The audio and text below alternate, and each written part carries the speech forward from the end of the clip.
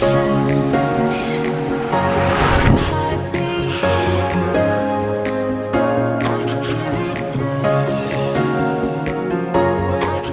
Ben here, utilising the altitude training to give him the best chance to go over to Kyrgyzstan, which is on the border of Russia. The guys are racing. How many riders? Give us a bit of an insight to the kilometres, the elevation, Sure. the duration. Sure. The race is in Kyrgyzstan on the 12th of August. Currently, elevation profile is close to 37,000 metres of elevation, so it's climbing up Mount Everest about 4 or 5 times. There's a variance in what the weather could be. It could be from anywhere between what we anywhere between, when you get up to the mountains, you know, high above 4,000 metres, anywhere between -10 to -15, to then coming back down to just below sea level can be anywhere between 35 and 40 degrees.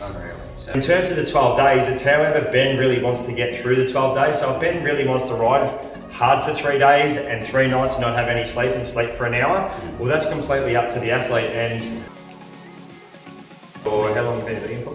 Been a vegan for close to 17 years. Nice, mate. Yeah. Spot on. So, and I mean, my dad still asks me if I eat meat on my races. Just to see if you sneak it in there. Yeah, exactly. Yeah. Just because he thinks I need it, Yeah. in order to do that. But then, you know, he'll go, "Oh, you ride 100 k's a day, like it's just amazing."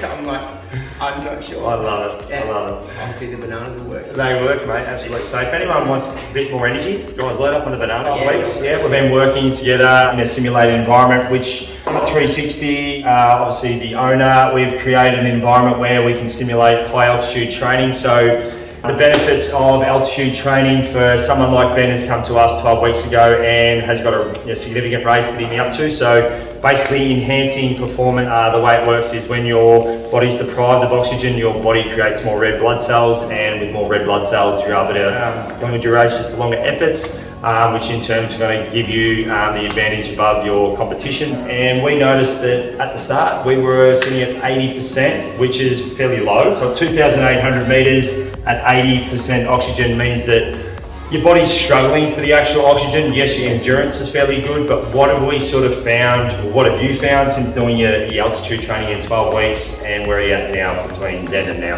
Yeah, well, I mean, it's just hugely efficient in terms of training at sea level and then coming in here and having started at like 2,800. Yep. Is that my body's, I guess, willingness to recover and to be able to take more oxygen in to produce more red blood cells. Yes.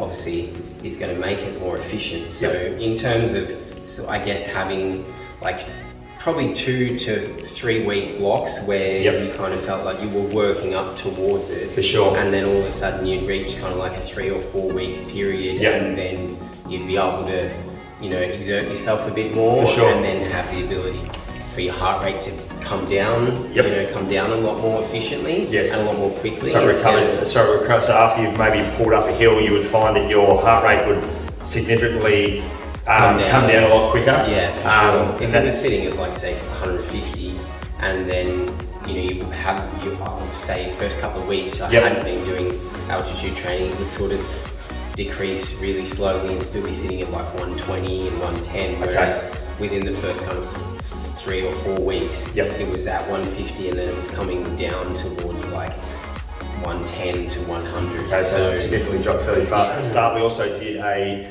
resting heart rate test, which basically gave us Ben's resting heart rate when we tested that. That was when you were straight out of bed. So you basically counted the amount of beats in 30 seconds times it by 2. 64. 64. Yeah. A few weeks later, we'll significantly lower by about 10 beats, won't we? 10, yeah. So with a heart rate being significantly lower means that you're just able to sustain longer durations, longer efforts, for a lot longer time period, where if a heart rate's high, you just can't sustain it, and then what happens is your body's basically in a position where it's in fight to flight, so then it sort of gets a little bit stressed. So Ben's ability to be able to buffer a heart rate that's significantly higher than the average person, that is why Ben can go for up to 26 hours. And that's sort of pretty much where we've sort of just toyed with the idea of going, let's ride for 26 hours and see what the mind can do. And that sort of baffles me. And when I first asked you the question is, when did you transition to go, let's go out and do a half an hour ride, let's go out and do a 3-hour ride to go, let's do 26 hours. And how do you mentally have the capacity to be able to, one, train for that, but two, be able to get through something that is, I haven't heard from before? Yeah, true. Well, I guess it just comes from, ever since I started ultra endurance racing, like in 2017. Yep.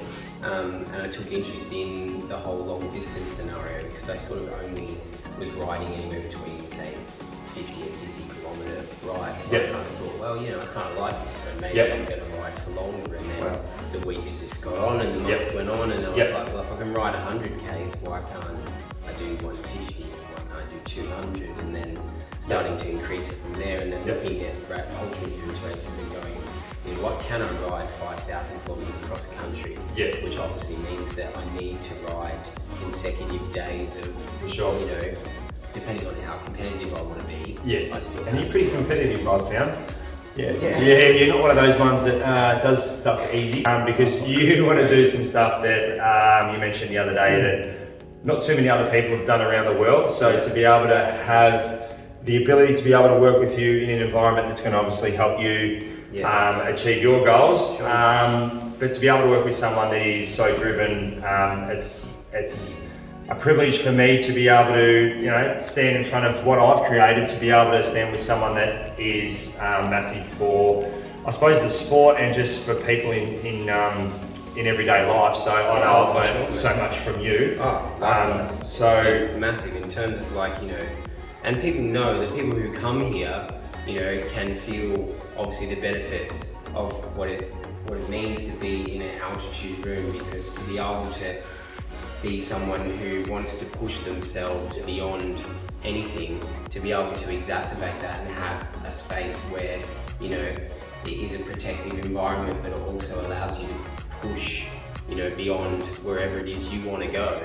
And just to have that space means like the world, because I wouldn't be sitting where I am in this position knowing that it's gonna, you know, be a massive benefit to me, because, you know, without it, I would not even consider taking something like that on. So it's just, I feel incredibly grateful to be able to have been here for like 12 or 14 weeks, because I feel the fittest of my life, and I know that I'm giving myself the best possible chance. Absolutely. But at the same time, you inspire me, I inspire you, we work off of each other's energy. 100%. Because without you, you know, standing next to me when I'm grinding, pushing me. Well, you last night pushing me, so being your PT, but then, you know, me creating a challenge where we said we're not going to drop, you know, under this level and go back on the seat. You know, you were able to push me to a zone where I wanted to stop, but then having you to be able to, you know, push me out of my comfort zone. Sure.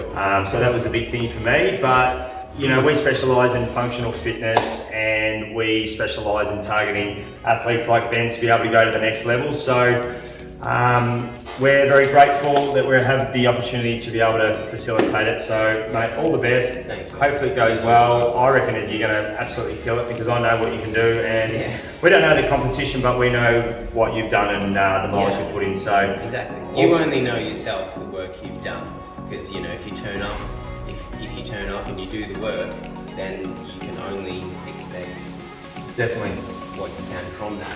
100%. There will be a GoFundMe page, guys, because we're going to get right around him. He's forked out a heap of money to do this race. Actually, one thing for the guys to be able to make sure that they follow your progress. Yeah, sure. So have we got the ability to be able to follow you live when you're over there? What's the system? How do we follow you? In terms of being able to follow my Mango Riders Instagram page, I'll be posting things on Ben CADBY's Facebook page too, which will tag. Also, you can follow the race online at Silk Road Mountain Race. They're on Instagram as well, and then they also have a Facebook page too. So. Perfect. So is there a dot tracking that people will be able to log on? They will be able to. And see where you are in regards to your 12-day race? Yeah. Oh, they'll awesome. be like track it from Track the Race online. But all the links and everything will be sent out a bit closer.